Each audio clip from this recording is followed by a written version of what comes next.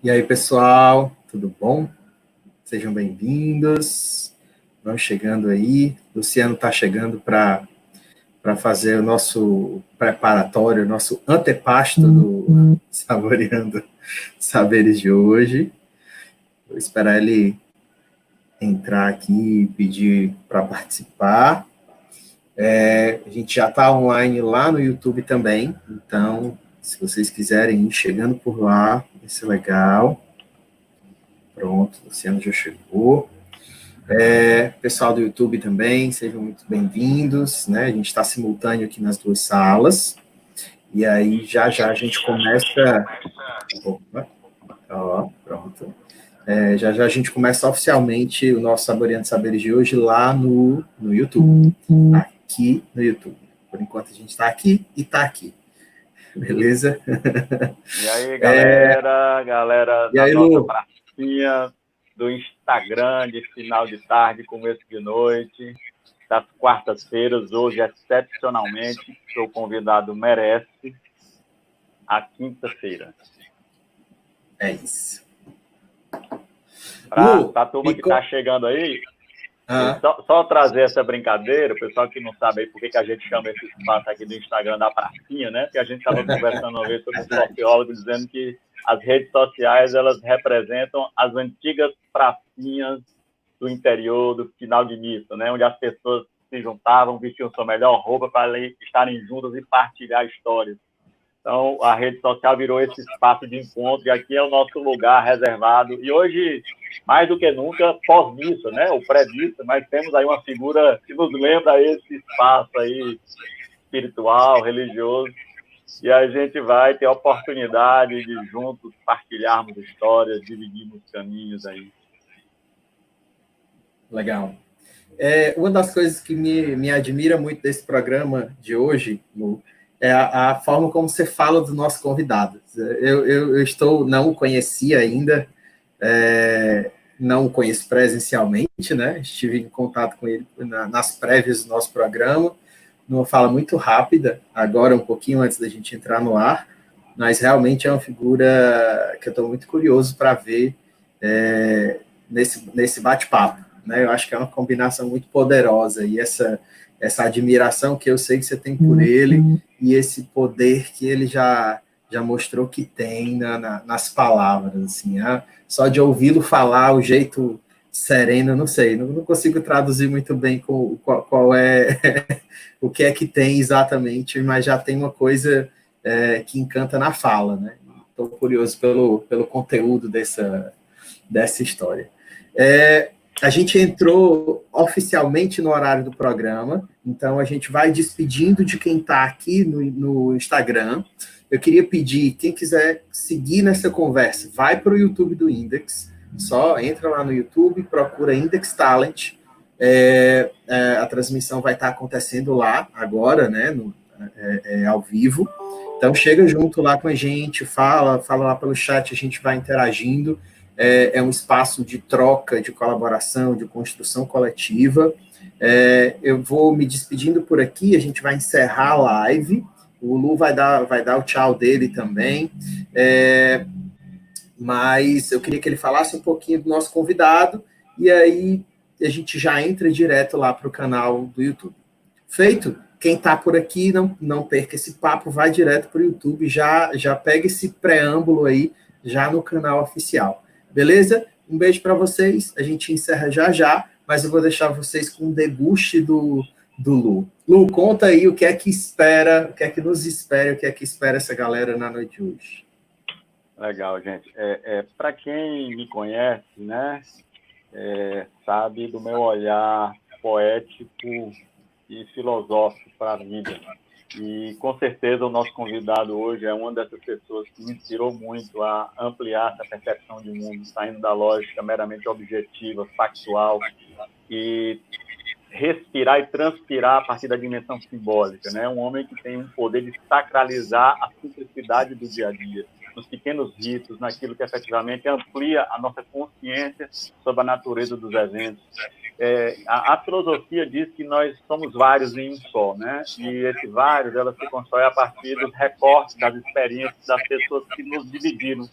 E, assim, com certeza, esse nosso convidado, que eu já vou apresentar a vocês, Padre Domingos Cunha, ele é uma das pessoas que ajudou a tecer esse grande bordado que sou eu hoje. Ele não gosta muito que eu diga isso, né? Mas, assim, eu tenho uma profunda reverência e admiração por ele. Eu estou aqui como amigo, porque esse é um lugar também que ele conquistou por mérito.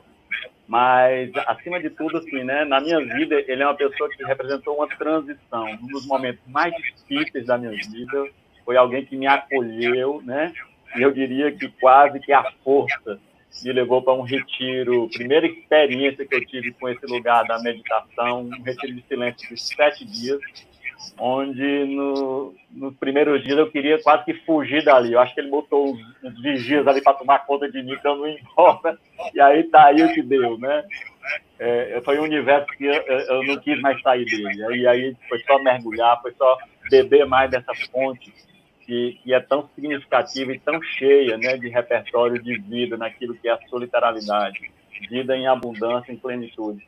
Então, hoje nós iremos receber Padre Domingos Cunha, que o homem, assim, o currículo dele é tão grande que eu tive que fazer uma pesquazinha, apesar de já conhecê-la há mais de 20 anos, viu?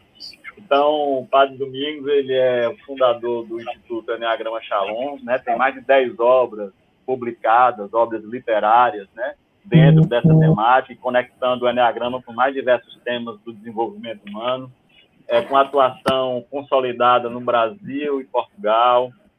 E assim, particularmente o que né, eu percebo como elemento assim, de valoração do trabalho dele é que ele flui nos mais diversos segmentos, no segmento empresarial, no segmento, né, social, religioso, né, e assim, porque todos esses segmentos são compostos por humanos, né, então sempre existe uma alma ali, existe algo que anima essas relações. Então ele consegue militar em todos esses espaços com muita fluidez, com muita leveza.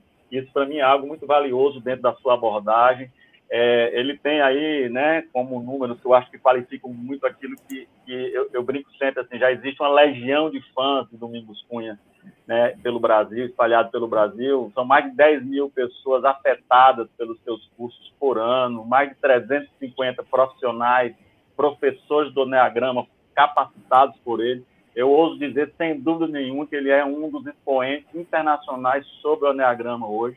E para a gente, assim, do Index, né, para mim particularmente, é uma honra e uma alegria dividir esse espaço, né, primeiro com um amigo, segundo com esse grande mestre que foi e é na minha vida e na minha história. Olha só, eu já vou colocar ele no ar, porque eu não tenho nada para dizer. Depois de uma declaração de afeto dessa ordem, eu queria trazer para cá... já ia entrar com música. Quase, tá quase. Queria trazer para cá Padre Domingos Cunha. Ele me deu a liberdade de chamar ele de Domingos, então eu vou explicar. Eu tenho um afeto particular por esse jeito de tratar, e eu vou explicar por que eu escolhi, né, já que ele me deu essa liberdade, seguir chamando ele de Domingos. Lá pelo meio da história, a gente conversa mais sobre isso. Seja muito bem-vindo, obrigado pelo seu tempo, Domingos, e pela sua disponibilidade. Sinta-se muito à vontade, aqui é um espaço de troca, de conversa, e eu tenho certeza que a gente vai ter uma noite agradabilíssima. Então, seja muito bem-vindo. Boa noite, Lucas. Também é um prazer. A gente, como você já disse, se conheceu ontem virtualmente, né? E também já deu para sentir aí essa sintonia.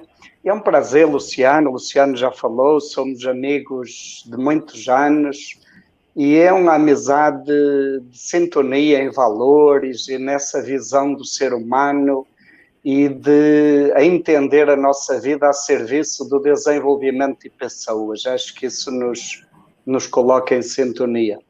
E, além disso, há uma amizade grande com a família toda do Luciano, né? Que é uma família grande e que eu tenho uma alegria muito grande de manter laços muito próximos, de muita amizade estreita, né?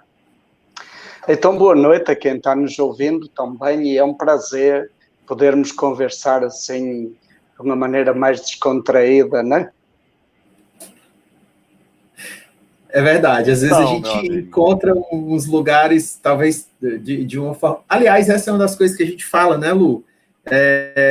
a sensação que a gente tem é que as conversas que acontecem aqui no Saboreando Saberes, elas têm uma outra vibe, uma outra energia, né? Não sei, eu acho que é um ambiente de muita... Eu me sinto muito grato por estar aqui. Então, assim, eu quero crer que é um ambiente muito de intimidade. Pronto, você tirou as palavras da minha boca, não poderia ser diferente. Lu, quero saber o que é que você preparou. Aliás, eu sei que você não preparou nada, né? Mas eu sei que as perguntas são sempre afiadas. Então, estou curioso pela sua primeira pergunta. Manda ver aí, vai.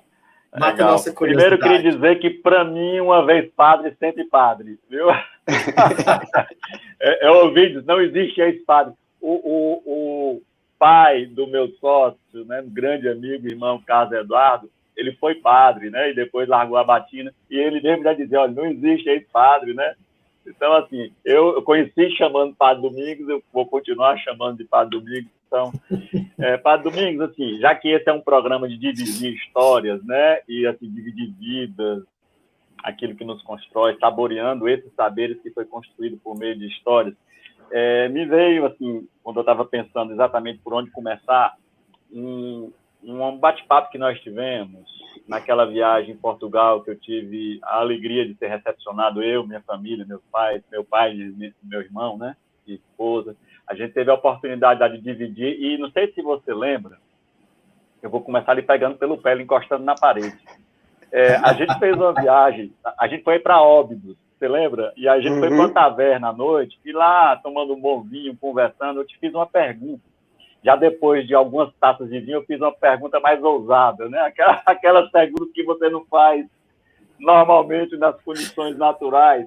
E a pergunta foi a seguinte, eu disse assim, Padre Domingos, como é que você... A época, para trazer o contexto da pergunta, era o Papa Ratzinger, né? O Papa Bento XVI.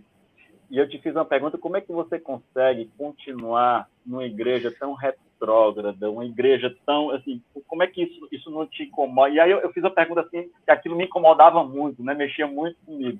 E você me deu uma resposta que até hoje ela ressoa em mim. Eu diria que essa foi uma dos... Talvez você não se dê conta disso, e quanto isso me transformou de dentro para fora. Eu falo isso em todos os meus treinamentos, não só do ponto de vista do discurso, mas eu tento trazer isso para a minha vida, para a educação das minhas filhas. Não sei se você se lembra qual foi a resposta, mas você me disse assim, Luciano, eu tenho as mesmas críticas que você, talvez até mais, porque eu conheço essa igreja de dentro, profundamente. Mas eu aprendi que é muito mais fácil e mais honesto eu transformar essa igreja de dentro para fora do que eu sendo um crítico do lado de fora e apenas jogando pedra. Isso, assim, foi como se você desse uma tapa, assim, de luva de pelica. Luva de pelica, não, assim, de luva de boxe mesmo. A realidade, assim, ela caiu sobre mim com um peso, né? E, assim, eu queria trazer essa pergunta agora não mais do ponto de vista da igreja. Eu queria olhar para a nossa realidade Brasil. E o Brasil tem jeito?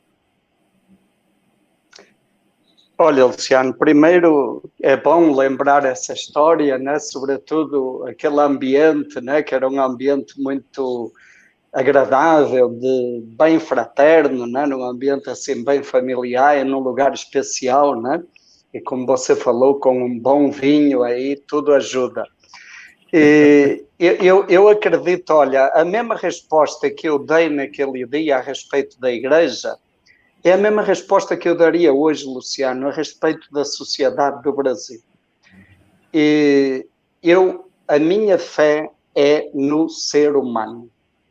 O meu compromisso é com o ser humano. E eu acredito profundamente no ser humano. Eu acredito que cada pessoa é um mistério, cada pessoa carrega em si uma riqueza inestimável, que cada pessoa tem uma bondade dentro dela, cada pessoa é uma centelha divina, e por mais que essa centelha divina esteja encoberta, ofuscada, distorcida, sempre é possível ajudar a pessoa a resgatar o melhor dela mesma. E isso é o que me move, é o que me motiva no meu trabalho, no meu serviço, na minha dedicação. E eu vejo isso tanto em relação à igreja e agora a pergunta que você me fez em relação ao Brasil. Eu continuo acreditando e vendo muitos sinais de esperança. A gente vê de tudo, ok, mas nós também percebemos, e eu que vivo por aí, como você também, trabalhando com pessoas, e como você já disse, com pessoas de todos os ambientes. Eu faço trabalhos desde a aldeia indígena até os magistrados da justiça, ou professores de universidade, empresas, e o que me encanta e o que me move é sempre essa fé no ser humano. E eu entendo a minha vida como ajudar as pessoas a descobrirem essa beleza, essa grandeza que mora dentro delas e que às vezes está esquecida ou escondida, né? Então, por confiar nas pessoas, eu confio que o Brasil tem jeito. E acredito que a mudança acontece de dentro para fora e de baixo para cima. De dentro para fora, porque não vai haver transformação se não houver transformação das pessoas. Se não houver essa mudança de valores, nada muda se não houver essa mudança. A mudança não vai vir de cima para baixo, não vai vir das estruturas, não vai vir por decreto político. A mudança é de dentro para fora. E é de baixo para cima. Eu acho que acontece a partir do povo, a partir da organização das pessoas, da consciência das pessoas. Acho que para mim a palavra consciência é sagrada, né? E por isso que, sem dúvida, a minha resposta à tua pergunta é com certeza que eu acredito que tem jeito. Com certeza. Eu acho que essa é a prova que você é um homem de Deus de fé. Mas olha, Luciano, eu há 3 anos, um filho do meu primo veio passar férias aqui. E então ele, muito antenado e muito interessado, a gente viajou muito, nós dois, passeando, e ele me perguntava muito sobre a realidade do Brasil. E a gente conversava, e claro que eu sinto as angústias que todos sentimos, né? E eu partilhava com ele as dificuldades e os desafios e as dores. E um dia ele me perguntou assim, Mingos, porque é como a minha família me trata, Mingos, me diz uma coisa. Há 35 anos, nessa época há 32 anos, quando você chegou ao Brasil, o Brasil estava melhor ou pior do que está agora? E eu disse, Tiago, infinitamente melhor, não tem como comparar. E diz ele, e então? Por que você está se queixando? E é verdade, né? Agora eu também compreendo que somos um país continental, somos um país jovem, como nação moderna é jovem, isso em termos da idade de um país, estamos na adolescência, e tudo é processo, né? Mas eu acredito que tudo se encaminha para o bem, tudo concorre para o bem, o universo conspira a favor do bem. Eu continuo querendo acreditar que tudo que acontece para melhor, mesmo quando a gente às vezes olha e parece não enxergar a solução, né? E às vezes o desânimo vem assim como uma porrada.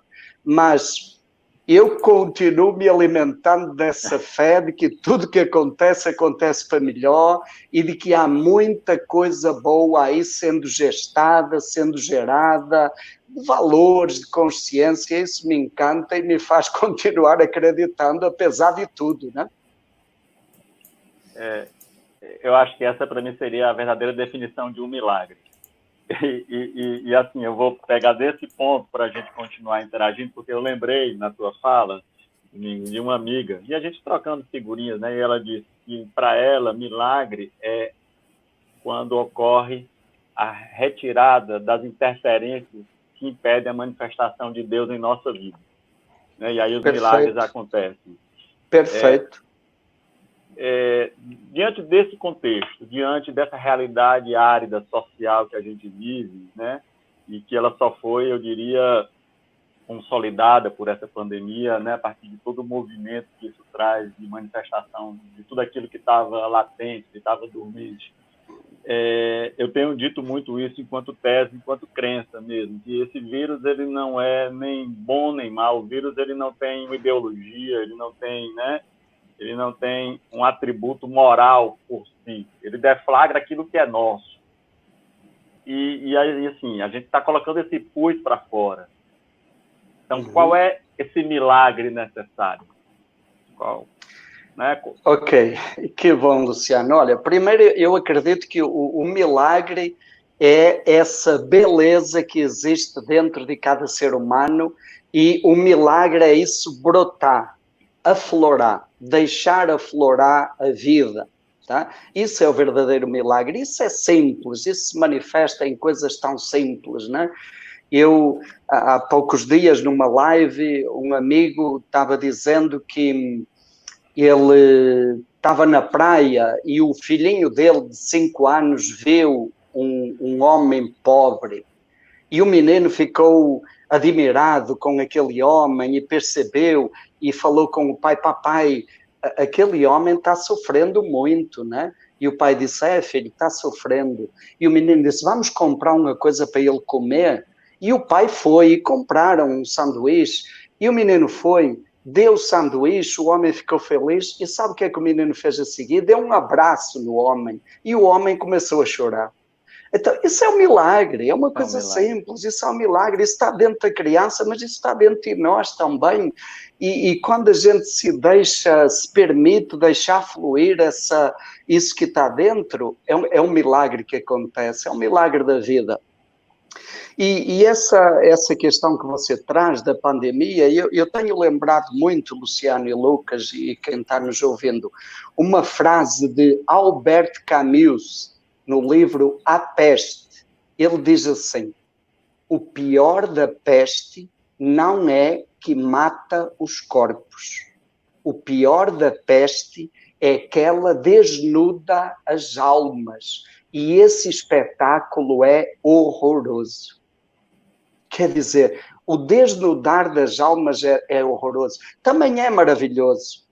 E isso que você trouxe, a pandemia, ela expõe o que tem dentro de cada um.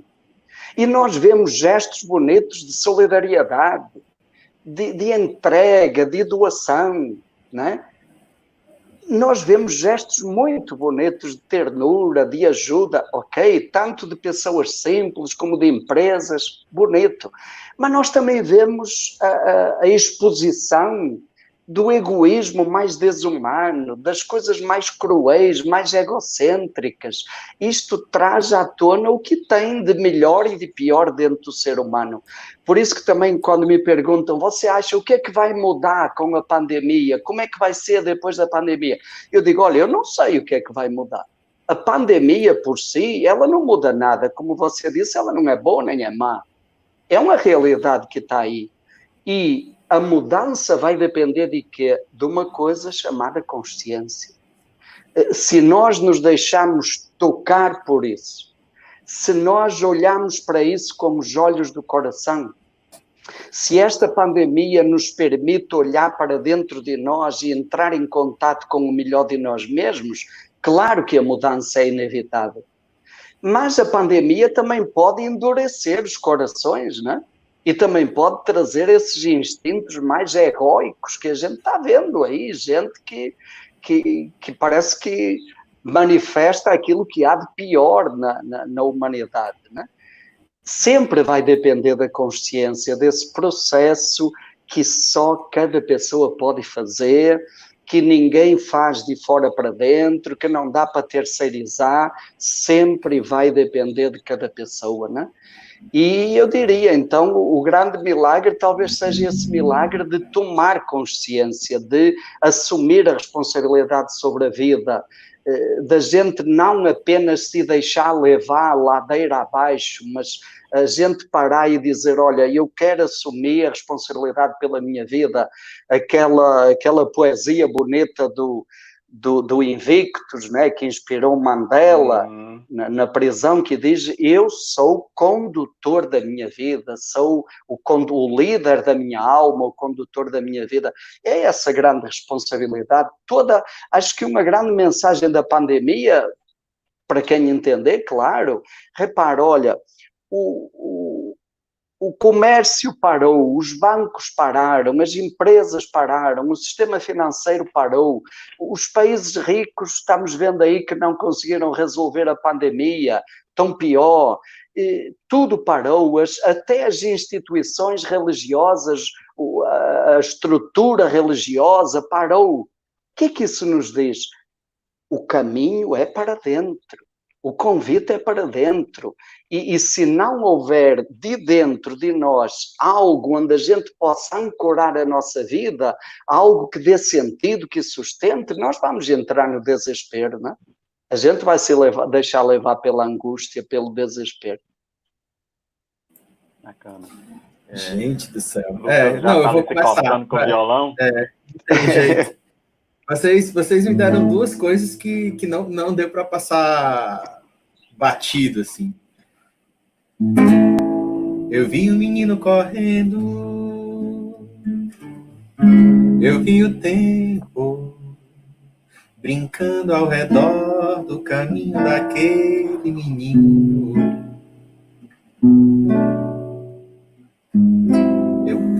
Eu pus meus pés no riacho e acho que nunca os tirei. O sol ainda brilha na estrada que eu nunca passei. Aí isso foi o que me lembrou, né, na fala de vocês. Eu vi a mulher preparando outra pessoa, né? Essa centelha de amor, pureza. E o tempo parou para olhar para aquela barriga, né? O próprio tempo para, né? Isso é muito forte. A vida é amiga da arte, é a parte que o sol me ensinou. O sol atravessa a estrada e nunca... Como é? E o sol que atravessa essa estrada que nunca passou. Por isso uma força me leva a cantar. Por isso essa força estranha no ar. Ei, Muito bem, Lucas. Que bom, legal. Bonito. Vou aproveitar, né? E pegar a conexão da música com que você trouxe, Domingos. Assim, você falou dessa sombra, né, dessa escuridão que emerge a partir desse ambiente de caos, né?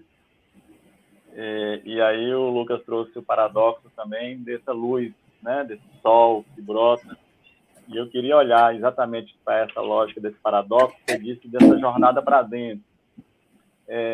E dentro desse conceito, desse movimento milagroso, né, desse milagre do cotidiano, de uma fé ancorada, né, na vida, uma fé responsável, eu diria assim, não um lugar passivo de se Deus quiser, mas dos Deus que me habita, né, como um instrumento, como meio. Qual é o convite diante de uma sociedade tão polarizada entre essa lógica da infantilização de um sofrimento? Eu percebo que a gente vive meio que nessa polaridade, ou a infantilização diante do sofrimento, negando esse sofrimento, né, por espasmos de consumo, de prazer, de busca de sensações desenfreadas, né, em todos os níveis. E o outro extremo é o lugar do sofrimento excessivo, da vitimização, de me colocar como, né, vítima de tudo e de todos diante desse contexto. Qual é o lugar dessa luz, né? Aonde essa luz pode ou deve efetivamente se expressar para que essas polaridades encontrem esse caminho de integridade, de inteireza, eu diria, né, de poder verdadeiro, que é o poder, né, que habita em mim, desse lugar que você trouxe como agentes aí, como, eu diria, células dessa nova ordem, ou dessa força estranha, né? Dessa criança que está para ser gestada e para nascer nesse novo Brasil, nesse novo mundo, por que não falar nesse novo planeta? O tempo parou para olhar o quê, né? Olha, a gente no Enneagrama fala muito da lei do 3. A lei do 3, que é uma das leis fundamentais que vem lá dos antigos sumérios, 4.500 anos. Era a lei, foi a lei que eles identificaram como a explicação para a sustentabilidade do mundo. O que é que gera o equilíbrio? O que é que permite o equilíbrio, a manutenção, a sustentabilidade? A lei do 3, o fato de termos 3 energias, 3 pontos. A nossa cultura caiu no dualismo, nós ficamos no dualismo, e o dualismo é ou certo ou errado, ou bom ou mau, os bons e os maus, isto e aquilo. E isso vai desde o ambiente político, social, religioso, em todo o lado nós estamos nessa dualismo, nessa polarização. E o dualismo, a polarização, gera o quê? Gera tensão e gera destruição. Não tem como não ser assim. Porquê? Porque falta esse terceiro elemento da lei do 3. Tem que haver um terceiro fator. Rumi, que era um místico do islamismo do século XIII, Rumi dizia assim: para além do certo e do errado, existe um campo sagrado. É o terceiro ponto, é o campo sagrado, é outro ponto de vista, a partir de onde eu posso olhar e a partir de onde eu percebo que o certo e o errado são apenas aspectos, não são a verdade toda, a verdade não está. E Gurdjieff, que foi um grande buscador do início do século passado, dizia assim: afirma, nega, reconcilia. Afirma, nega, reconcilia. Nós ficamos só no afirma e no nega, na luz ou na sombra. E a gente diz, porque a luz é boa, a sombra é ruim. Eu sempre gosto de trazer lá o texto das escrituras sagradas judaico-cristãs. No princípio, Deus criou o céu e a terra. E eu pergunto, quantos elementos temos? E as pessoas dizem 2, o céu e a terra. Não, temos 3. Porque se a gente ficar só no céu e na terra, a nossa tendência é dizer, o céu é bom, a terra é ruim. Deus criou a luz e as trevas. Quantos elementos temos? 2. Aí as trevas são más, a luz é boa. Não, mas nós temos 3 elementos. O terceiro elemento, há um Deus, um princípio, uma fonte que criou o céu e a terra. E então a terra tem sentido, o céu tem sentido. Há um Deus que criou a luz e as trevas. Então a luz tem sentido, as trevas têm sentido. E quando você trouxe aí essa questão das sombras, Luciano, e que eu acho que você colocou de uma maneira muito bonita, que este tempo está fazendo com que as sombras venham à tona. A gente já teve a oportunidade de falar sobre isso outras vezes. A tendência nossa, acho que de todo ser humano, é fugir da sombra, fugir do sofrimento, né? Há uns tempos já andou aí nas redes sociais um filminho de uma criança que estava numa quadra e ela olhava e via a sombra dela no chão e ela começava a gritar e fugia e corria e gritava porque ela se assustava com a sombra, né? Nós fugimos da sombra e acho que a nossa cultura Brasil tem uma tendência natural para fugir da sombra. E repare, o que é que nós temos feito historicamente com as sombras ao longo de 5 séculos? Colocando debaixo do tapete. A gente colocou debaixo do tapete todo o sofrimento da invasão dos colonizadores. A gente colocou debaixo do tapete todo o sofrimento da escravatura. A gente colocou debaixo do tapete tantas injustiças ao longo dos tempos, a desigualdade social, a desigualdade racial, a desigualdade de género. A gente foi colocando debaixo do tapete e fazendo de conta que estava tudo bem. Aí eu quando foi aquele acidente ou aquele crime da barragem de Brumadinho e de Mariana, aquilo para mim simbolicamente é isso, quer dizer, não dá para represar mais tudo isso, isso rebenta. E nós agora estamos de novo com uma nova onda, a pandemia no fundo está fazendo com que isso rebenta, não dá mais para segurar. E aí o que é que a gente faz? Ou a gente foge, né? E fica-se vitimizando, como você falou, ou então a gente ignora, nega, como cresce também essa tentação, ou a gente enfeita e fica dizendo, não, mas tem tanta coisa boa, né? Tem carnaval e futebol, tem tanta coisa. E eu acho que o terceiro ponto não é nem fugir, nem ignorar, não é nem se deixar dominar pelo sofrimento, pela sombra, nem negá-la. O terceiro ponto é a entrar em contato com ela, a enfrentar. E quando a gente enfrenta a dor e o sofrimento, o que é que acontece? Alívio, transformação. Repara, isso é o cerne de todas as tradições espirituais. Na nossa tradição cristã, qual é o caminho da ressurreição? É enfrentar a morte, assumir o sofrimento e a morte, aí acontece vida nova, vida plena. Mas no budismo também temos essa mensagem. Como é que acontece a transformação do Buda? Quando ele entra em contato com o sofrimento, quando sai do palácio e vê o mendigo. Então, o contato com o sofrimento, e o contato é permitir-se sentir aquela dor, é o exercício da compaixão.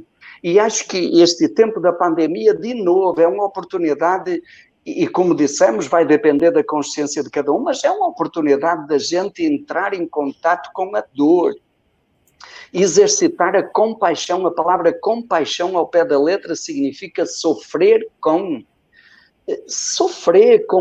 tantas pessoas que morrem isoladas da família, tantas famílias que não podem nem se despedir dos seus entes queridos, tanta gente que está com medo da doença, tanta gente que está perdendo o emprego, tanta gente que não sabe como é que vai ser o dia de amanhã. Então, é uma oportunidade da gente entrar em contato com esse sofrimento. E, na medida em que nós entramos em contato com o sofrimento, nos permitimos sentir, assumir isso, aí nós nos tornamos responsáveis. A palavra responsabilidade vem da palavra resposta, quer dizer, ser capaz de dar uma resposta. Aí vai acontecer mudança, né? Enquanto a gente se deixar dominar pelo sofrimento e vitimizar, ou enquanto a gente negar e enfeitar, o sofrimento vai continuar aí debaixo do tapete, né? É legal, porque a tua fala me lembrou de uma história não, você é um homem também das fadas, das histórias, né? Mas foi uma espécie de uma brincadeira que você fez num ritual, numa cerimônia, lá na Tabuba, uma vez que eu participei, que você brincou assim: quem quer ir para o céu? Todo mundo levantou a mão, né? E quem quer morrer? Ninguém levantou a mão. Então a gente vive uma sociedade meio, né, desconectada com o nosso querer, né? É uma sociedade do desejo. Queremos os fins, mas não queremos viver os meios necessários para tal. E é interessante porque enquanto você falava, Domingos, me veio assim uma consciência sobre esse momento, né?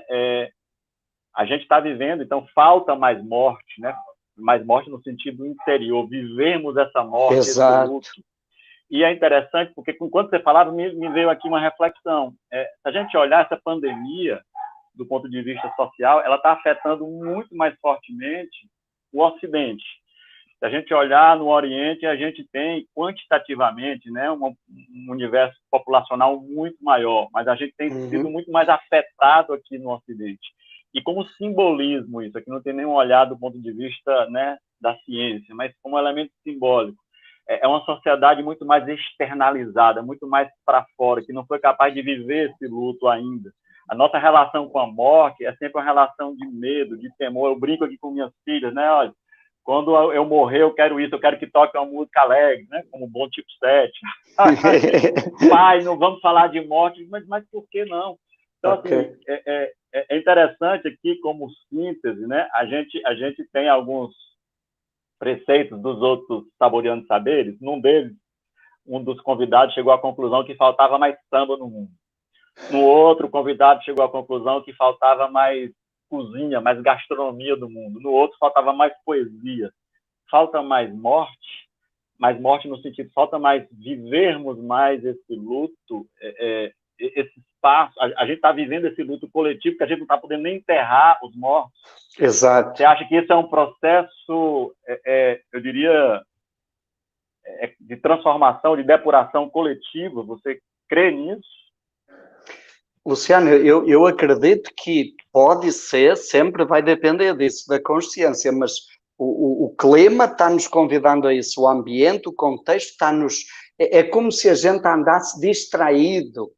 e distraído da sombra, da morte, e a morte simboliza, como você disse, tudo o que nós negamos, tudo o que nos incomoda, é tristeza, é raiva, é culpa, é ansiedade, é tudo aquilo que está dentro de nós como sombra, e que está fora de nós como sombra também, a injustiça, a discriminação, a exclusão, a desigualdade, é isso, a corrupção, tudo isso. Então, a nossa tendência é fugir da sombra, e é como se a pandemia aumentasse, pegasse uma lupa, né, e dissesse, olha aqui, olha como o sofrimento é real. Olha aí, não dá para negar, não sei como é que alguém consegue negar, mas não dá para negar o número de mortes, o sofrimento que está aí.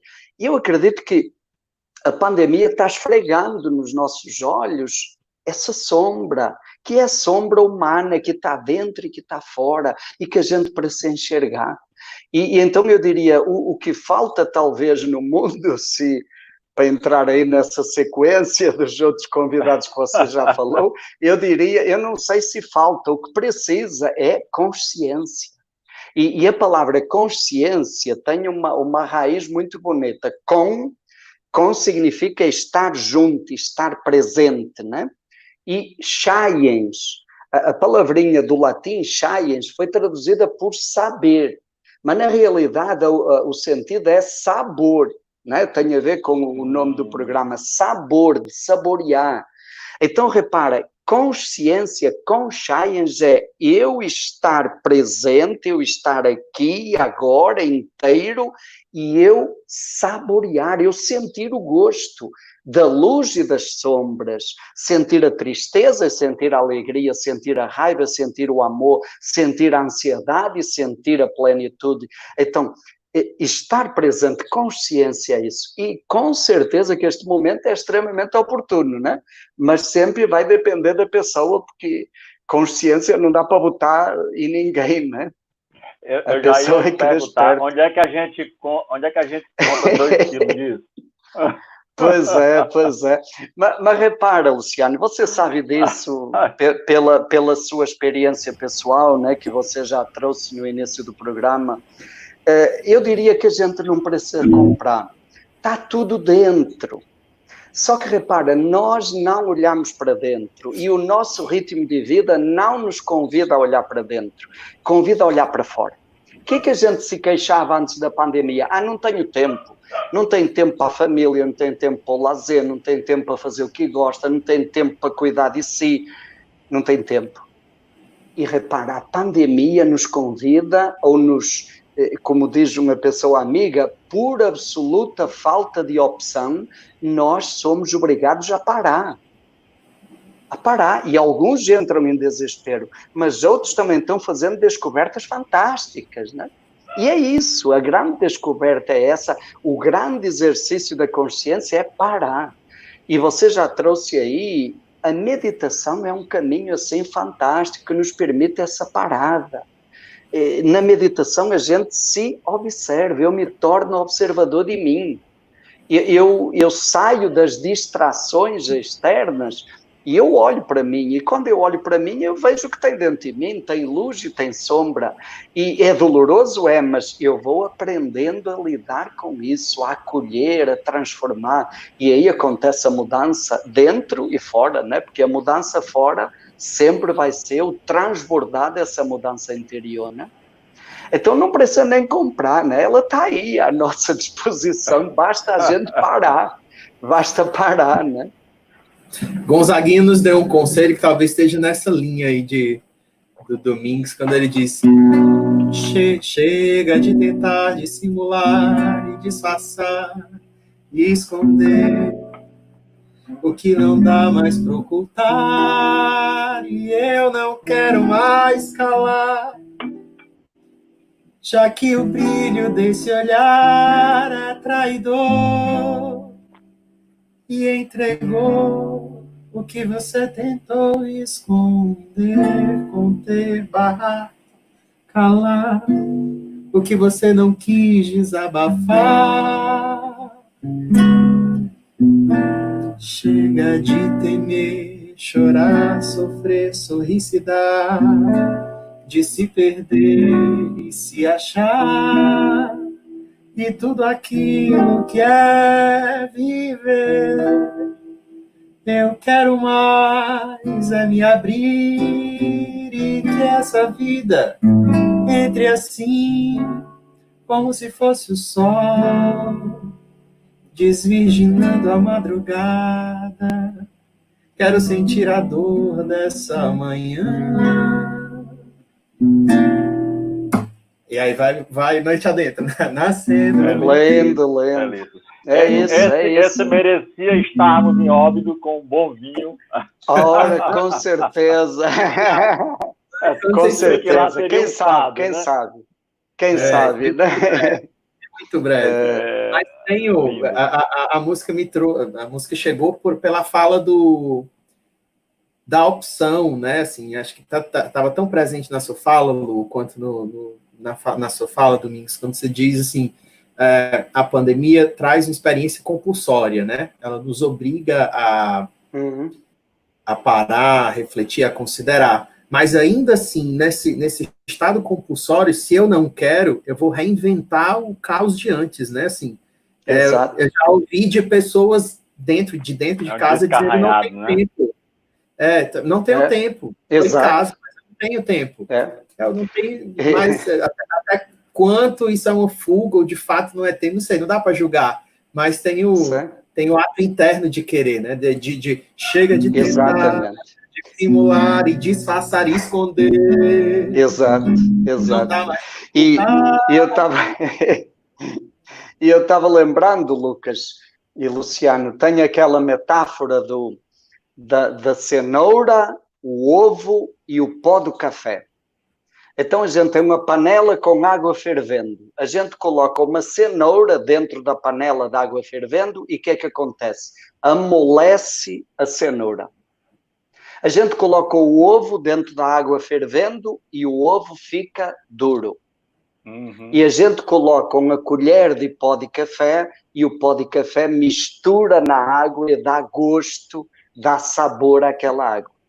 Vamos dizer, a pandemia é a panela de água fervendo, que está aí. Que está fervendo aí no limite. Mas repara, a mesma pandemia, a mesma água, amolece a cenoura, endurece o ovo e se deixa transformar pelo pó do café. Então, a decisão não é a pandemia, não é a pandemia que muda ninguém. Sempre vai depender disso, Lucas, dessa opção. Essa é uma filosofia profunda, Lucas. Você é ovo ou é cenoura? Café. Rapaz, a considerar a quantidade de xícaras de café que eu ando tomando ultimamente, eu vou ficar com café.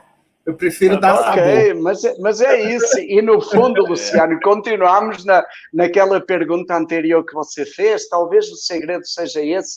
Nós nem nos deixarmos dominar e vitimizar pela situação, não nos deixarmos destruir, ou que a situação nos oprima, nos negue, nem nós nos fecharmos à situação e darmos uma de durões. Mas a gente assumir esse papel, o que é que eu posso fazer para transformar? O que é que nós podemos? Qual é a nossa contribuição? E por exemplo, esta iniciativa que você tomou, que vocês tomaram, e tantas outras iniciativas que a gente vê por aí, vão nesse sentido. O que é que nós podemos fazer? Para quê? Para trazer uma contribuição, para trazer uma luz, para trazer uma palavra, para tocar o coração, para gerar consciência ou para alimentar consciência. E aí nós estamos sendo café. Eu me assumo como café. Eu vou me misturar com isso. Não vou ficar à parte nem me deixar destruir por isso. Mas eu posso ser um fermento aí, posso transformar, posso iluminar, posso tocar alguma coisa nisso aí, né? E aí vale, né, Lucas? Isso é o que dá sentido à vida, né? É isso. Muito legal. O nosso penúltimo Saboreando Saberes foi sobre gastronomia, viu? A gastronomia como uma metáfora para a vida. Então a gente está voltando a esse tema a partir de um outro lado. Como a linguagem simbólica, eu estou simplesmente assim maravilhado, porque ela é um signo aberto, ela é eterna, né? Ela pode ser explorada, mas eu queria aprofundar um pouquinho. Eu acho, só a partir desse olhar. Uma coisa antes, bem rápida. Se a gente chegou à conclusão nos episódios anteriores que falta samba no mundo, falta gastronomia no mundo, eu acho que a gente chegou à nossa frase essência da discussão de hoje. Nos percebemos, nos assumimos como café. Falta café. Chegamos na palavra. Tem a poesia, né? Vou pela fé, café não costuma falhar, né? Já, como é que a live criamos a nossa... de hoje vai terminar. Tá certo. Café não costuma falhar, vamos pela fé. Né? Falhar, fato. Tem uma metáfora que eu me utilizo muito, Domingo, a olhar para isso, né? Assim, partindo dessa crença comum, que acho que nós dividimos, né? De que só pelo homem é possível transformar, né, a sociedade, né? Nós somos células desse grande planeta. Então, a partir desse olhar, tem uma expressão e uma metáfora que eu me utilizo que eu gosto muito. A gente fala muito em mudar a expressão, né? Em uma sociedade, como nós falamos, muito externalizada, que está preocupada com parecer ser, né? Uhum. E aí, nesse mundo de faz de conta de Facebook, nesse mundo, né? Como a gente brinca da pracinha do domingo, né? Sempre botar a melhor roupa e tal. Né? A gente vive muito externalizado, né? Preocupado em expressar algo bom, belo, justo. E aí eu tenho como metáfora, digo o seguinte, né? Se você quer expressar o conteúdo de um livro, você vai ter que partir daquilo que está impresso, né? Porque se você não muda a qualidade da impressão, você não vai ter como mudar a expressão. E aí eu queria olhar para isso. É possível reimprimir esse livro da vida? E como fazer isso? Porque existem memórias, né? Elas estão aí. Nós somos... uma das definições que eu achei mais bela, né, que eu tenho compartilhado de um poeta, que os físicos dizem que nós somos feitos de átomos, moléculas, mas eu prefiro acreditar que nós somos feitos de histórias. As histórias nos definem. Então, assim, é possível isso, né? Há esperança também a partir desse lugar. Não estou condenado a ser aquilo que fui, né? Ou aquilo que vim, nasci para ser. Qual é o teu olhar como místico, como padre, como, né? Com pensador? Certeza. Com certeza, Luciano. Olha, acho que isso é outra questão muito central, né? Nós não estamos condenados a ser o que a vida fez de nós, o que as nossas histórias fizeram de nós, o que as marcas da nossa infância deixaram em nós. E você disse, essa frase que você falou, eu gosto de dizer, nós somos as nossas histórias. Eu, se me permite, eu diria assim, nós somos amor. E as nossas histórias marcaram esse amor. Algumas fizeram o amor aparecer, outras abafaram o amor. Rumi, de novo, esse místico sufi, ele dizia assim, nós não precisamos buscar o amor. A tarefa do ser humano não é buscar o amor. A tarefa do ser humano é derrubar as barreiras que ele construiu dentro dele para o amor. O amor está aí, né? O amor está dentro de nós, no mais profundo. Só que muitas vezes, muitas dessas histórias construíram barreiras e impedem o amor de se manifestar. E a nossa tarefa é derrubar essas barreiras. E aí entra a questão da importância do autoconhecimento. Eu tenho que, de novo, olhar para dentro, perceber quais são essas barreiras, quais são essas feridas, essas histórias que me marcaram, às vezes desde o ventre materno, essas cascas que encobriram a essência, né? E flexibilizar isso para deixar aqui o brilho, esse amor essencial apareça. Quando o Lucas cantou a música, né, deixar a luz do sol entrar, tem uma outra frase de Rumi que diz, as feridas são o lugar por onde entra a luz. Ou talvez a gente pudesse dizer, as feridas são o lugar por onde a luz pode sair. na medida em que nós de novo voltamos a esse caminho de acolher a sombra, na medida em que nós vamos lá, resgatamos a nossa história, revisitamos a nossa história, acolhemos as nossas feridas, libertamos isso, nós deixamos o amor fluir, deixamos a luz romper pelas rachaduras, pelas feridas e manifestar-se de novo, né? Então, isso talvez seja o que motiva a maior fé no ser humano e na transformação e nas possibilidades de um mundo novo, né?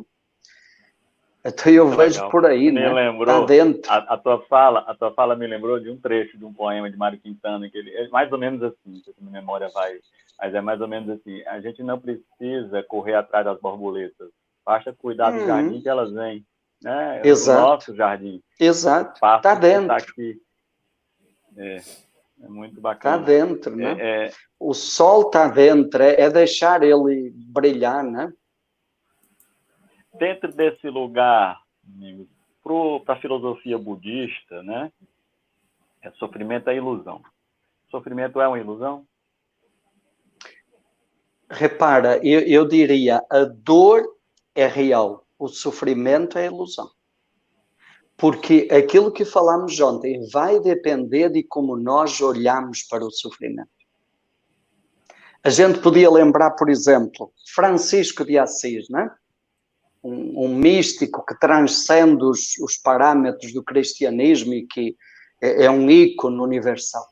Aquele homem estava, digamos, podre fisicamente, cheio de doenças, um sofrimento físico, uma dor física, digamos, atroz. Mas aquele homem respirava felicidade, amorosidade, alegria.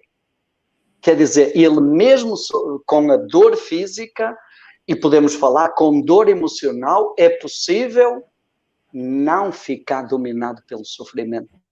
Outro exemplo que a gente poderia dizer, olha, talvez se a gente perguntar a uma mãe o momento que ela deu à luz, fisicamente houve dor.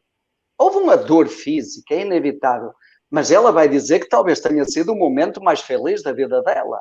Então, nesse sentido, nós podemos dizer a dor é inevitável, mas o sofrimento é opcional. Porque vai depender do olhar. E, nesse sentido, faz todo sentido o que o budismo diz. E que repara que a tradição cristã também diz o que Jesus... A grande mensagem foi essa. O caminho para a felicidade é olhar a dor como algo que não é a última palavra, que não é o fim, mas como a vida é maior que o sofrimento.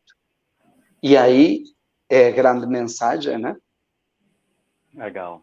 Me lembrou, acho que é também de Mário Quintana, um outro trecho de um poema que ele diz mais ou menos assim: a felicidade é tal qual um avôzinho infeliz, por todo canto os óculos procura, tendo na ponta do nariz.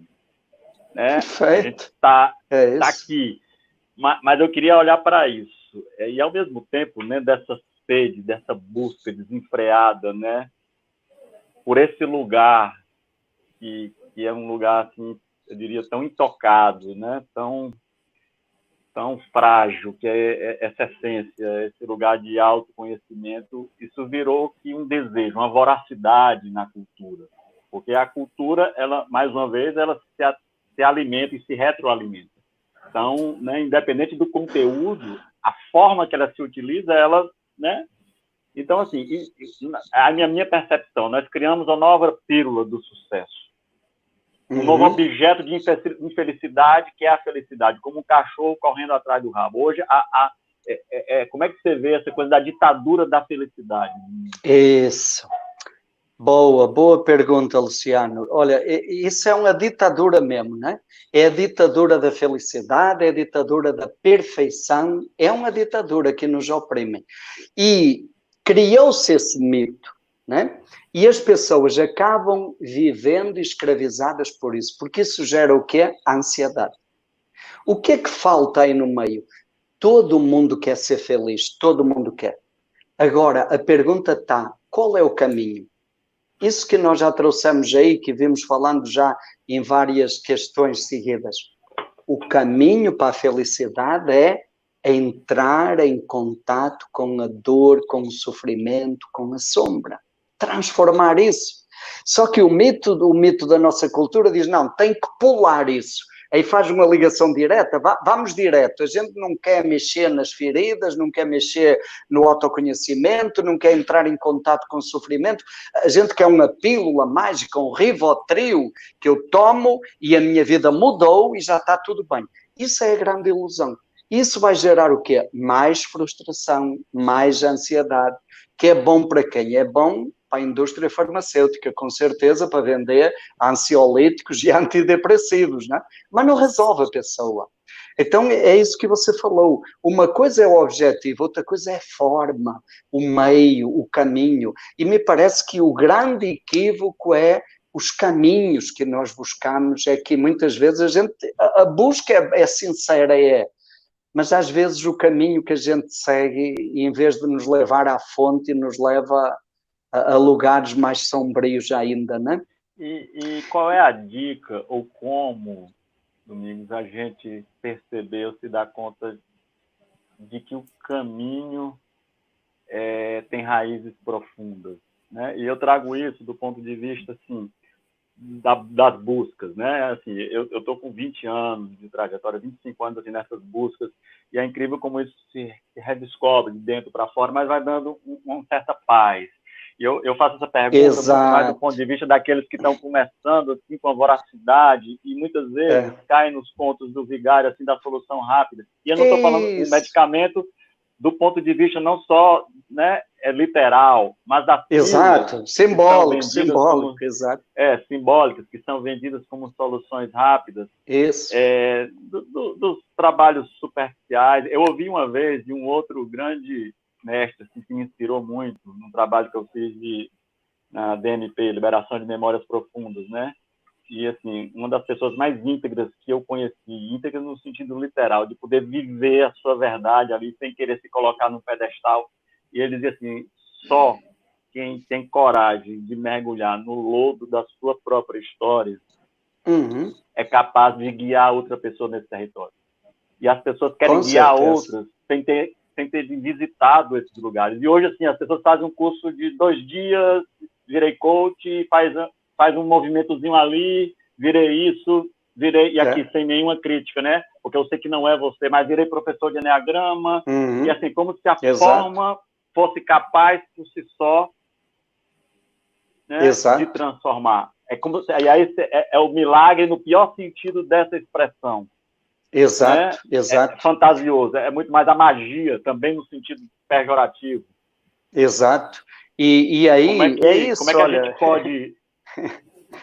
Eu diria, Luciano, olha, isso que você trouxe, eu lembrei, há pouco tempo eu vi na internet um cartaz anunciando um curso que dizia assim, literalmente, eu li e reli para gravar, porque achei fantástico, né? Dizia assim, que tal mudar a sua vida da noite para o dia?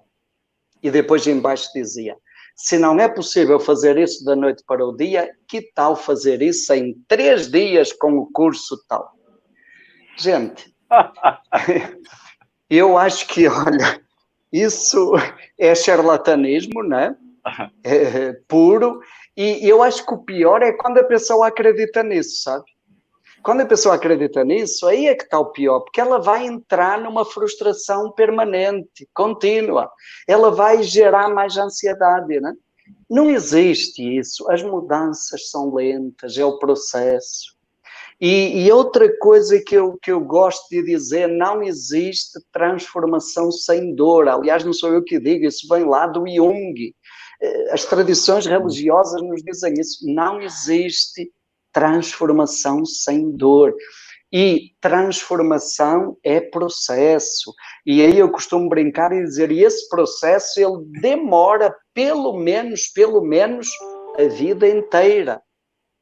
E aí vem talvez o grande critério, Luciano, é esse que você já trouxe. Olha, eu percebo que a minha busca está me trazendo paz, está me tornando uma pessoa melhor para mim, para os outros, para todas as criaturas. Então, é sinal que você está no caminho certo. Agora, se a sua busca está lhe trazendo mais ansiedade, Se a sua busca está trazendo mais inquietação, tem alguma coisa errada, não é? E outra coisa, eu também acho que é bom nós termos isso. E isso que você falou, claro que o Rivotril ajuda muita gente, o remedinho que compra na farmácia, ok, quando precisa tem que tomar. E há muitas coisas que ajudam, né? Mas a gente está falando simbolicamente, é o Rivotril emocional, né? Esses milagres, essas curas sem dor, né? E de fora para dentro, alguém vai fazer uma coisa com você e vai resolver todos os seus problemas. Desconfie disso, né? Se há uma promessa de transformação sem dor, e se há uma promessa de transformação sem haver o seu trabalho, o meu trabalho, o trabalho de cada pessoa, desconfie. É preciso haver esse trabalho, e esse trabalho é permanente, e é auto-observação, e é disciplina interna, e é vigiar e orar, e é para a vida inteira, como dissemos, não é? E eu diria assim, olha, todas as terapias, todos os caminhos terapêuticos, né, psicológicos, espirituais, tudo que ajuda o ser humano nessa busca é bom.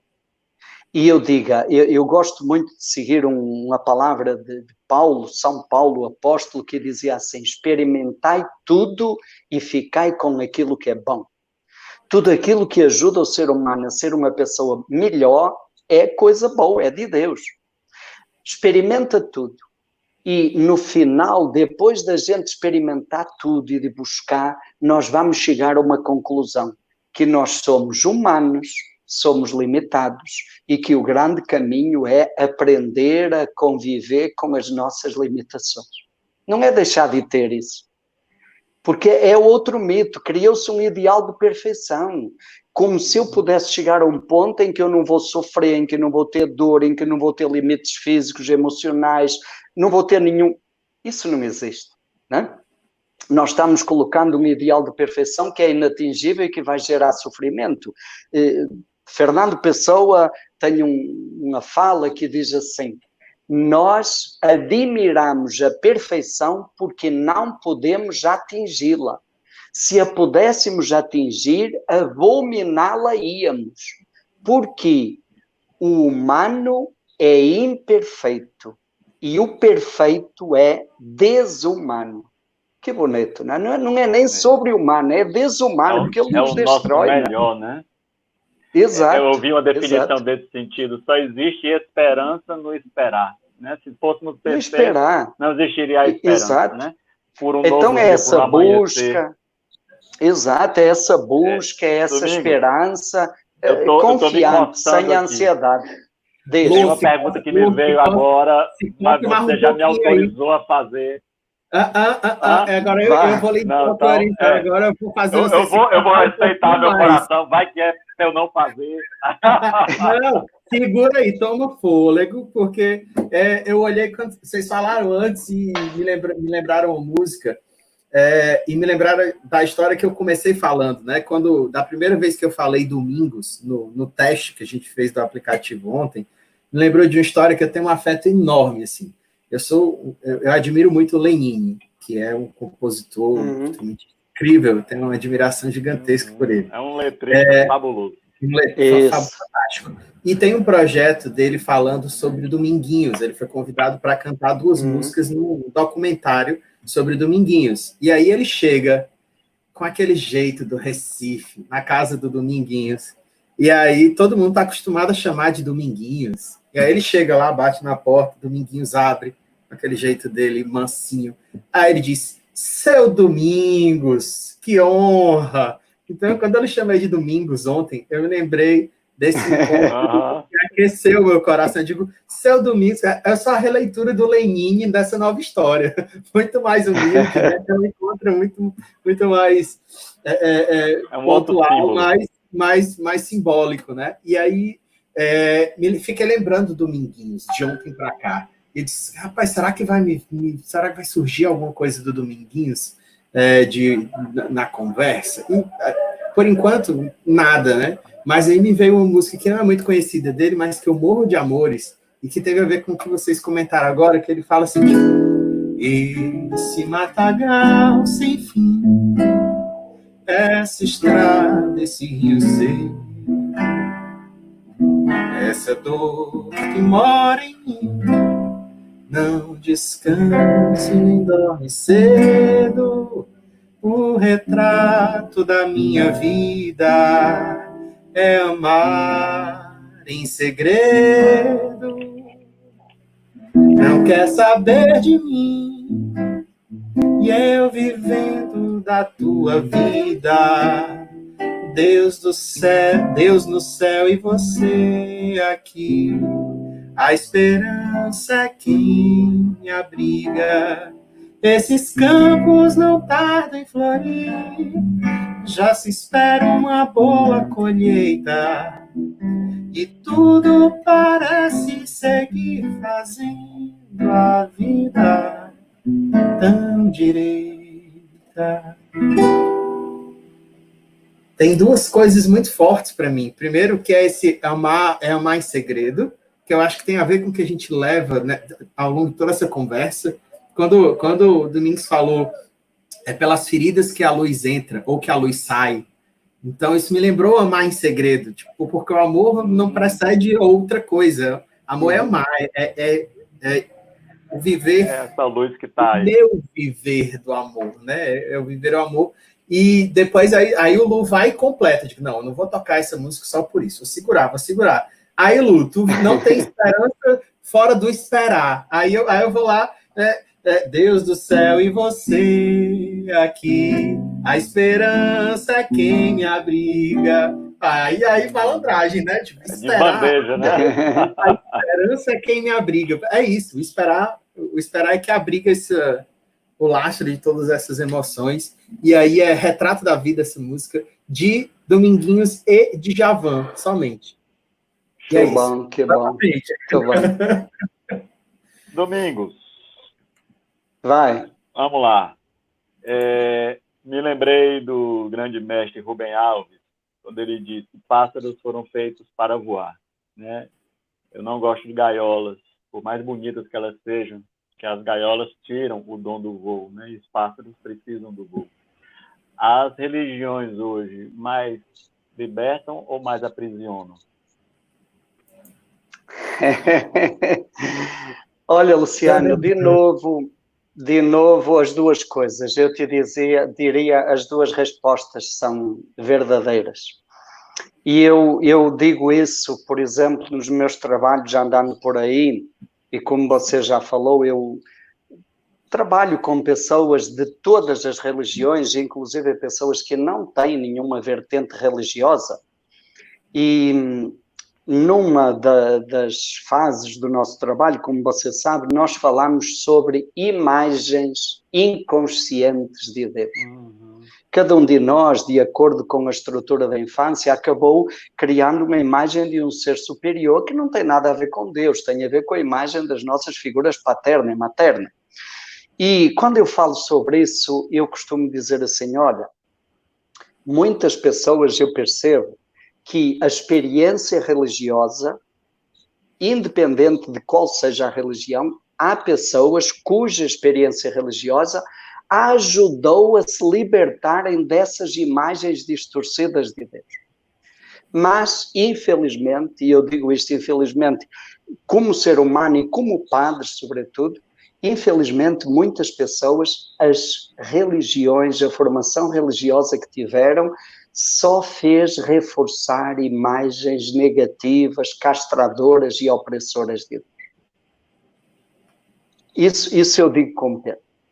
E eu gosto de contar uma parábola um mestre que viu uma lua linda, uma noite de luar fantástica. E ele ficou encantado. E ele queria que o discípulo também visse a lua, contemplasse a lua. Então ele foi lá no quarto do discípulo, bateu na porta e o discípulo acordou assim meio sonâmbulo, né? E o mestre disse, vem cá, vem cá. E o discípulo foi ainda meio dormindo e chegou na varanda, o mestre estendeu a mão para a lua e disse, olha que coisa linda. E o discípulo ficou olhando e depois de algum tempo disse, é mesmo, mestre, como a sua mão é linda. Repara, as religiões são a mão que aponta para a lua. As religiões são a mão que aponta para a lua. E eu acho que isso é fundamental, porque há noites escuras onde a gente não vai conseguir enxergar a lua sozinhos, a olho nu. Então é preciso ter mãos que nos apontam. As religiões têm itinerários que foram trilhados por milhões e milhões de pessoas durante milhares e milhares de anos. Ok, isso ajuda, tem itinerários. Mas o perigo é que muitas vezes, e isso repara, por um lado, acho que tem aí uma parte que vai para a conta das religiões e outra parte vai sempre para a conta da pessoa, porque vai depender de como a pessoa olha. O perigo sempre é nós ficarmos focados na mão e esquecermos de olhar para a lua. Se a nossa atenção se concentra nos rituais, nos dogmas, nas normas, e a gente acha que pelo fato de cumprir isso vai chegar à experiência de Deus, isso pode não acontecer. Nós paramos no meio do caminho. Outro exemplo que a gente poderia dar, outra metáfora, Deus é o mar. Deus como esse absoluto que a gente busca, como a fonte que a nossa sede anseia, é o mar. Nós podemos chegar ao mar de muitos modos. Você pode ir a pé, de bicicleta, de carro, pode ir pelo rio. Claro que se você vai a pé, de bicicleta, ou de carro, ou de avião, há um perigo muito grande de você se enganar no caminho e não chegar no mar. Se você segue o caminho do rio, vai seguindo o rio naturalmente vai te levar ao mar. As religiões são os rios. Mas a gente sabe que muitas vezes no rio tem barragens, tem barreiras. No rio às vezes tem cachoeiras perigosas onde o barco pode afundar. Às vezes a gente se distrai com coisas que tem na margem do rio. Então acho que tem isso, né? Sem dúvida as religiões são itinerários e podem ajudar, mas é preciso ter essa consciência. A religião não pode ser um fim em si mesmo. A religião é um meio para chegar à experiência espiritual. E a experiência espiritual é essa experiência de saborear a luz, o amor que está dentro de nós. Deus está dentro. E muitas vezes a religião tira as pessoas para fora, em vez de ajudar a fazerem a viagem para dentro. Né? Então eu vejo assim, com muita liberdade, e falo com toda essa liberdade, Luciano. Isso vale para todas as religiões. Isto não é crítica, é constatação para nós ficarmos atentos. E isto não é para a religião A ou religião B. Acho que todas as religiões correm esse perigo de fixarem as pessoas nela mesma, e todas as religiões têm um potencial, mapas e itinerários que podem, com certeza, facilitar e ajudar na experiência espiritual. Esse é a lua, é o brilho da lua ou é a infinitude do mar que a gente procura, né? Bacana. Eu vou te dar um depoimento pessoal dessa experiência, né? Para mim, no passado distante, eu olhava para o dedo e achava que a gaiola era Deus, né? Que o passarinho engaiolado era Deus. Quando eu, né, pelos meus movimentos internos de busca, rompi um pouco com isso, as religiões viraram gaiolas por si só, prisões, né? E quando eu lhe conheci profundamente, militando nesse universo da religião e da espiritualidade, eu percebi que essa gaiola tem uma porta aberta. É uma gaiola com porta aberta, onde você pode ir e voltar. Mas é um lugar confortável, se você pode ir e voltar. E eu queria te fazer a pergunta a partir desse lugar. Eu li um livro, né, já tem um tempinho, mas me veio agora, que é O Fim da Religião e o Renascimento da Espiritualidade. Ele não fala de fim no sentido que as religiões vão acabar. Ele fala fim no sentido de, né, de limite, né? E aí, assim, qual é essa linha, Domingos? Aonde termina um e aonde começa o outro? Onde é que é essa interseção entre esse lugar fora, porque a gaiola é fora, a gaiola não é o pássaro, né? Não é... E esse contato, qual é esse lugar, se é que existe? Que não é um lugar físico, mas você como, sim, claro, né, com a sua sabedoria. Olha, Luciano, o que me veio agora, quando você estava falando o título do livro, né? O fim das religiões, e que você falou que não era o fim de acabarem, né? Mas era o limite, me veio assim a intuição de trazer um outro sentido para a palavra fim, o sentido de finalidade. Quando nós dizemos assim, qual é o fim da nossa vida? Nós podemos dizer é o limite, é quando termina, ou podemos dizer a finalidade. Ora, eu diria, olha, o importante é as religiões se converterem à sua finalidade. Esse é o grande desafio. As religiões se converterem à sua finalidade, e a sua finalidade é apontarem para Deus e ajudarem as pessoas a fazer a experiência espiritual. Essa é a finalidade. Se a religião não estiver nessa finalidade, ela se torna um fim em si mesma e ela vai ser a gaiola com a porta fechada que não vai ajudar ninguém. Ou que muitas vezes até impede, né?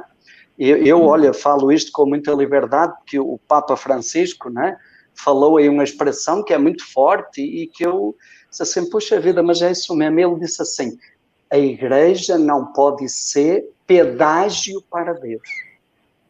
Não pode ser pedágio. As religiões não podem ser barragens para parar o rio. As religiões não podem ser alguém que cobra e que exige isto para você.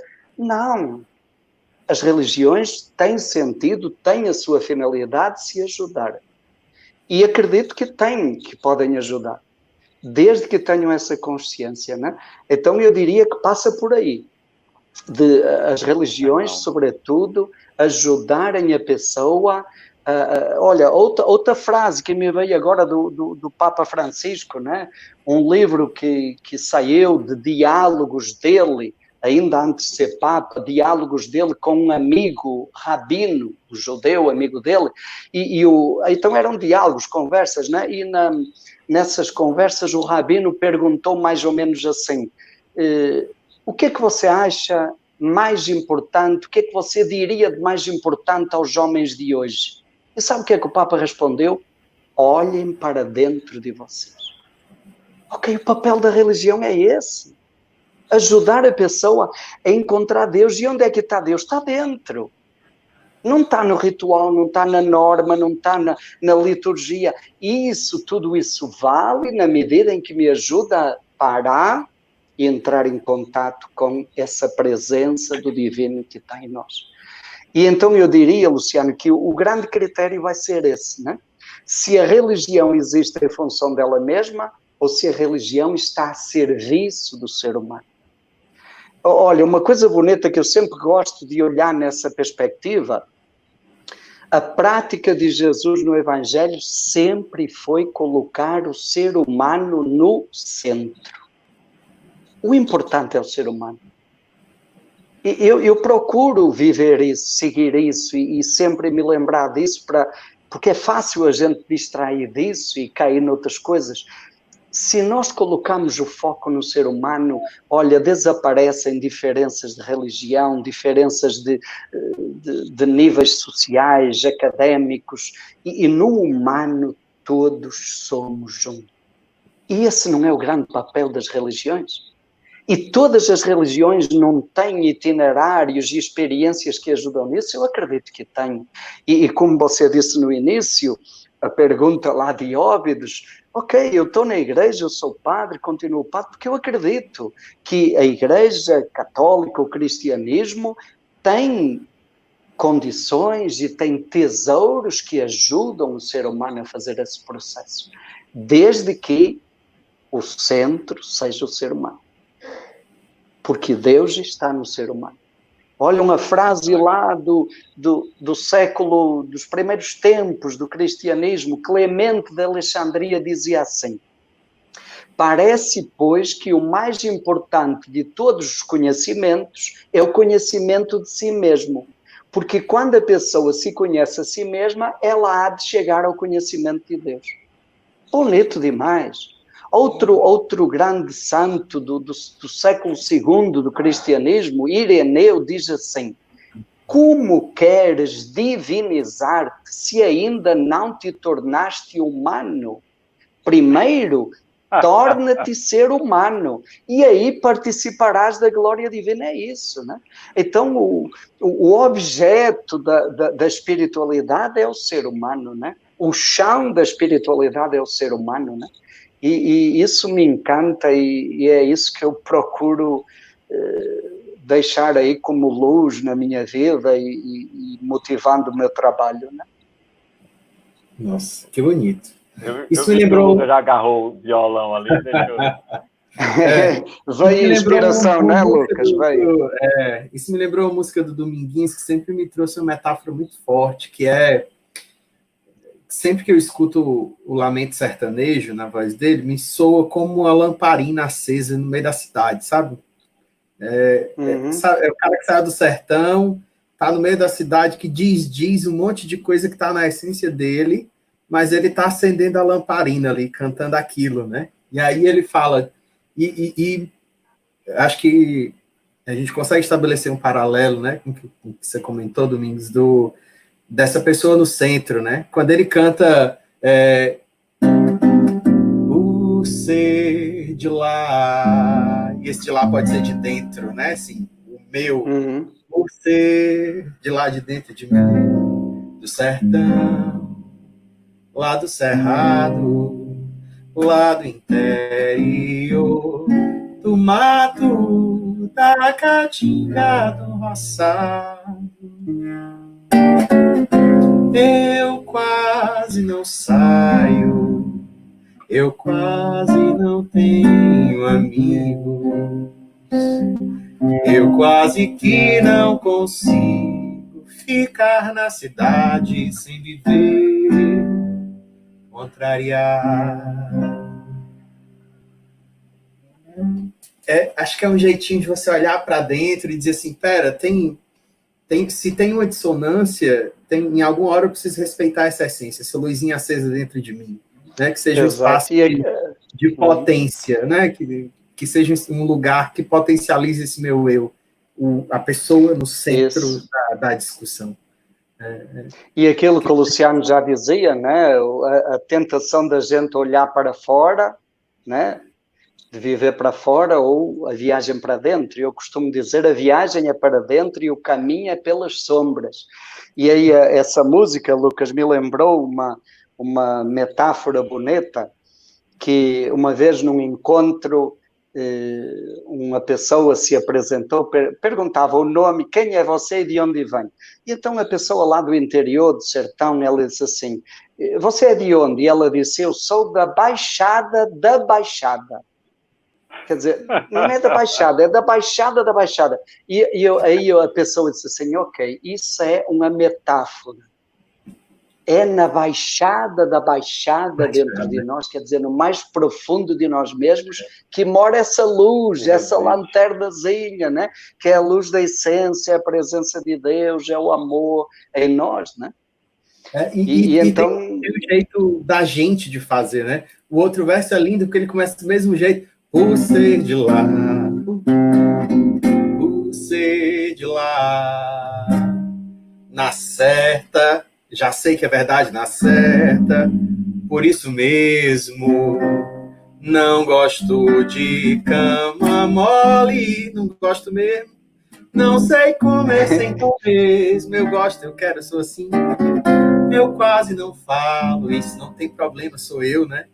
Eu quase não sei de nada, dessas coisas que o povo diz, né? Não sei de nada, sou como rei desgarrada, nessa multidão, boiada caminhando a esmo.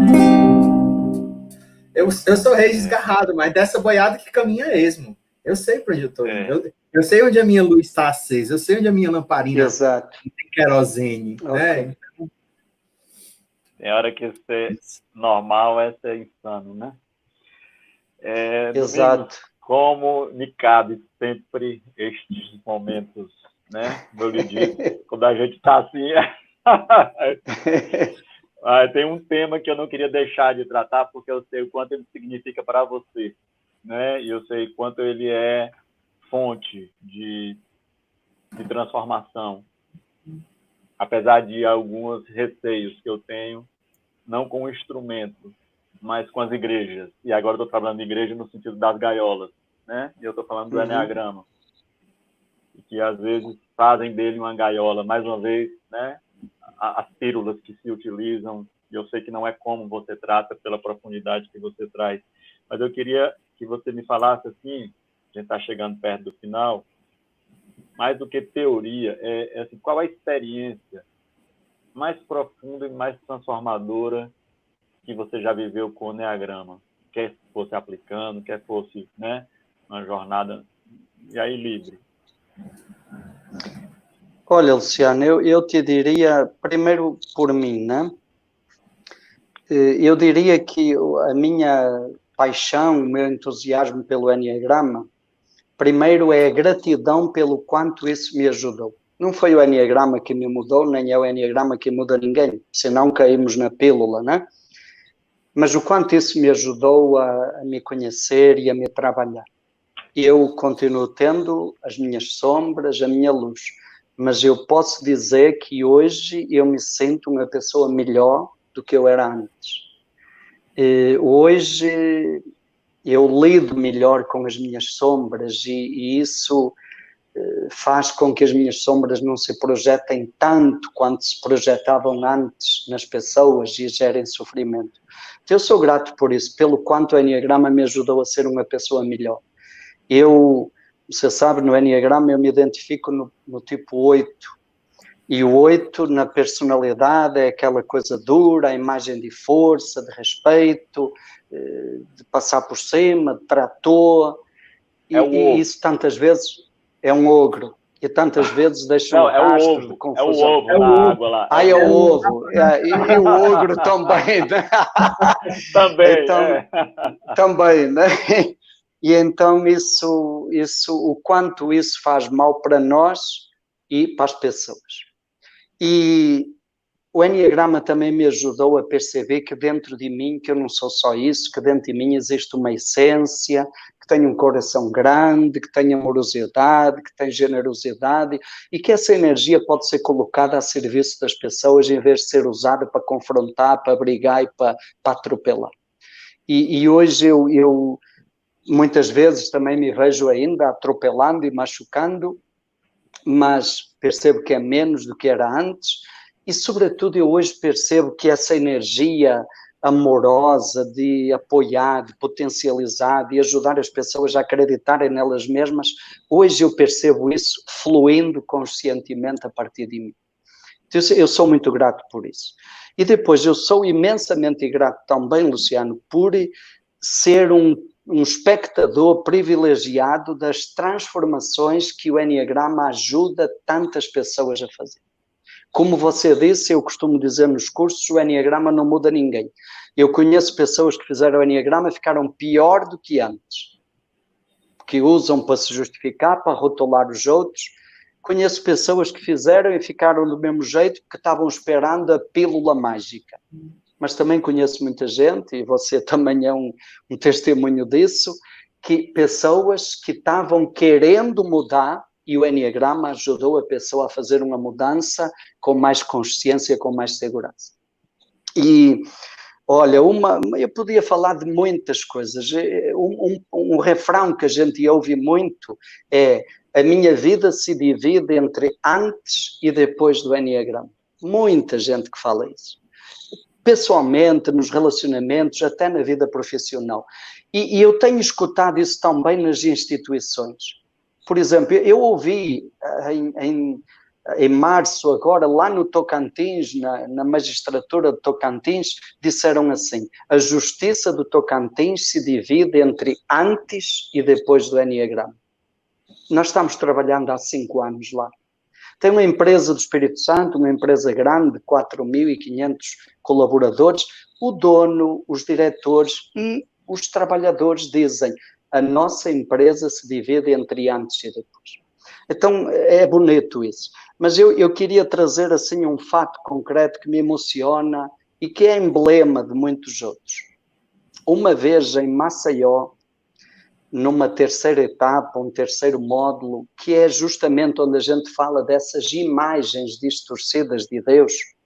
No final do curso, na hora de entregar o certificado, eu pedi que cada pessoa falasse uma palavra, né? E um senhor disse assim: eu sou ateu. Quer dizer, eu era ateu. Eu sou professor da universidade há 25 anos. Eu sempre fiz questão de, na primeira aula de cada semestre, me apresentar dizendo: eu sou ateu. E diz ele: hoje, aqui, eu descobri que eu não sou ateu. Olha, ficou um clima, acabou ali o curso, né? Porque ficou aquele clima e tal, emocional. Aí pronto, terminou o curso. Um ano depois, Luciano, eu chego na Tabuba aqui para um retiro de meditação. E aí, quando eu entro naquela barraca, eu olho e eu vejo o cara. E ele olha, eu digo: fulano, você por aqui? Diz ele: você lembra de mim? Claro que eu lembro. E diz ele: pois é, você lembra daquela terceira etapa? Desde aquele dia, eu nunca deixei de meditar. Eu medito todos os dias.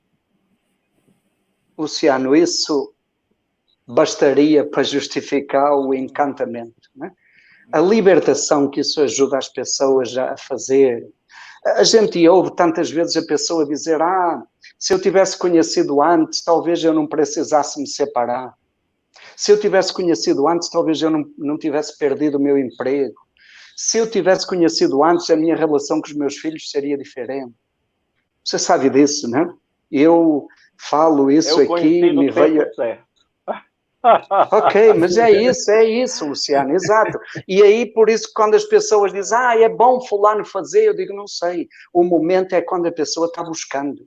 E o que eu ia dizer, tem várias pessoas, quando as pessoas me perguntam: esse negócio funciona mesmo? Eu digo assim: olha, gente, tem muitos casos que eu poderia lembrar que funciona, mas tenho um caso de uma pessoa que você conhece, Luciano, e que eu conheço e que para mim é uma pessoa que eu admiro e que eu sei que você naturalmente admira ainda mais do que eu, que é o seu pai. E ele diz isso, que o que mudou a vida dele foi o enneagrama e a meditação.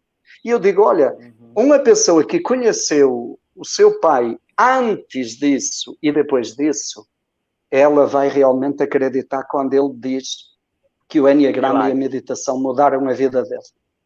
Mas é o tal milagre, voltamos ao início, é o milagre de dentro para fora. É porque ele estava aberto e ele meteu a cara e fez o processo. Esse é o milagre, é de dentro para fora. Né? E realmente isso encanta e não tem como falar disso sem ficar emocionado. Né? Muito lindo. Muito obrigado. Que forte, que forte. Se eu tivesse o dom de cantar, viu? Me veio uma música quando você falou, que aí eu não sei se você sabe, Lucas, que é aquela do Milton Nascimento. Eu sou melhor do que era ontem. Lindo. É o maior. Do silêncio. E do silêncio. É lindo. Só o tempo irá dizer quem sou. Aí perdoe pela minha habilidade vocal. Que é isso, rapaz. É o sentimento que mobiliza. Essa música é linda, lindíssima. Nossa, extremamente muito forte. linda, muito. Quando você falou a tua eu sou fala, filho do mistério e do silêncio. Só o tempo dirá o que é, o que vamos ser. Meu amigo, meu irmão, assim, muita gratidão, viu, por tê-lo na minha vida, mesmo que distante, né? Assim, a gente não se cruza muito no dia a dia, mas assim, a sua presença ela é muito constante na nossa vida enquanto família. Você sabe que você representa enquanto família, né? Dar um depoimento para você, já que você disse que é tão bom poder, né? Eu acho que o maior retorno de quem trabalha com gente, e eu trabalho com isso também de algum lugar, é ver, né, essas sementes aflorarem na vida dessas pessoas. E depois que eu comecei com você, eu já estou, né, fazendo 27 anos de casado, e se a pandemia me trouxe uma certeza do amor que eu tenho, eu não queria estar em outro lugar da minha vida que não fosse nesse lar, com minha família, com minha esposa. Eu estava comentando com ela, estou emocionado, já são quase 100 dias e nós não sabemos o que é discussão em 100 dias dentro de casa sem colocar o pé na rua. Então, assim, isso é muita graça. E essa é a transformação que você faz, que o seu trabalho proporciona, né? Eu acho que esses são os milagres. Então, assim, muito obrigado por você existir, né? Muito bom. Luciano, já que você muito ficou obrigado. com essa... Não, vai lá, Domingos, por favor. Eu também estou emocionado, né? E fico muito grato, muito feliz. Foi uma conversa assim, eu nem lembrei que estávamos fazendo uma transmissão, né? Acho que esta conversa aconteceu do mesmo jeito que aconteceria lá em Óbidos ou que aconteceu em tantos outros lugares, né? Entre nós. E senti também a mesma coisa com o Lucas, vê, Lucas? Senti também essa sintonia com os teus valores, com a tua intuição, com a tua sensibilidade. Fico muito feliz por isso. E já agora também faço aí um convite e te ofereço isso quando for possível. Se você quiser participar do processo do Enneagrama, é convidado nosso. E gente, vai ser uma honra sem tamanho. Tá bom? Tenho certeza então, que nós estaremos... Bota ele lá naquela parede, viu, Domingos? Bota ele naquela parede lá. já tá convidado, viu? É um convite a ser feito aqui oficialmente. E então a minha palavra é gratidão e um abraço a quem nos acompanhou durante este tempo, né? Se alguém que está nos ouvindo, ou que vai depois nos ver pelo YouTube, como é que acha, como é que sabe, como é que procura o Enneagrama, você pode aí agora, quer divulgar? Sim, olha, nós temos as nossas redes, pelo Instagram, IESH, _, Enneagrama, então é o nosso canal no Instagram.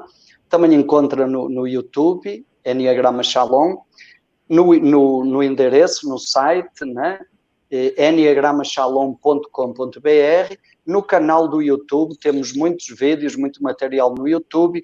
O endereço do YouTube é youtube.com/C de canal, / de novo, Enneagrama Shalom IESH. Então, prometo que eu vou deixar esses links todos na descrição, gente. Ótimo, pronto, agradeço. E então podem entrar em contato. Tá? Nós, por enquanto, suspendemos os cursos presenciais, estamos fazendo vários trabalhos online, né? Desde o início da pandemia, que a gente está mantendo vários eventos gratuitos, e vamos começar agora, no final deste mês, um curso de Enneagrama online, que chama Enneagrama da Transformação, para pessoas que já conhecem.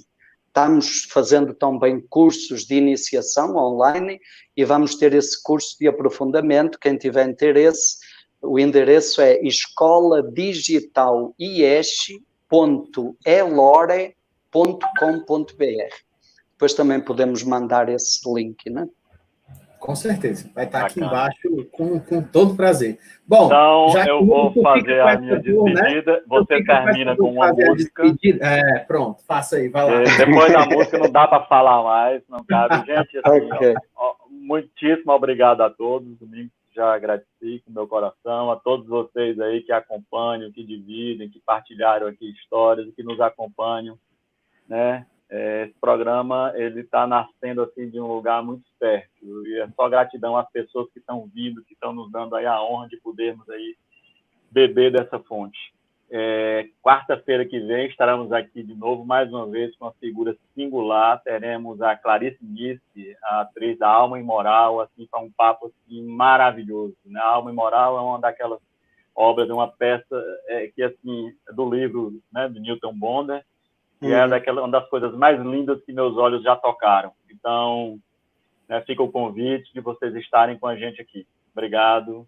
Luquinha, bola, sim, Camilinha, sim. Camila que não aparece, mas que está nos bastidores, é nosso anjo, né, a nossa produtora. Muita gratidão a você, viu? Beijo grande. Gente, obrigado por tudo. Eu vou me despedir cantando e presenteando essas duas almas iluminadas que me dão esse prazer de dividir essa noite. Prazer conhecer o Domingos, em breve estaremos muito juntos. Muito breve estaremos juntos. Okay. Obrigado por mais essa noite. E Você me ajudou, né? Eu sou maior do que era antes, estou melhor do que era ontem. Eu sou filho do mistério e do silêncio. Somente o tempo vai me revelar quem sou. As cores mudam, as mudas crescem, quando se desnudam, quando não se esquecem daquelas dores que deixamos para trás, sem saber que aquele choro valia ouro. Estamos existindo entre mistérios e silêncios, evoluindo a cada lua, a cada sol. Se era certo ou se errei, se sou súdito, se sou rei, somente ao tempo a voz do tempo saberei.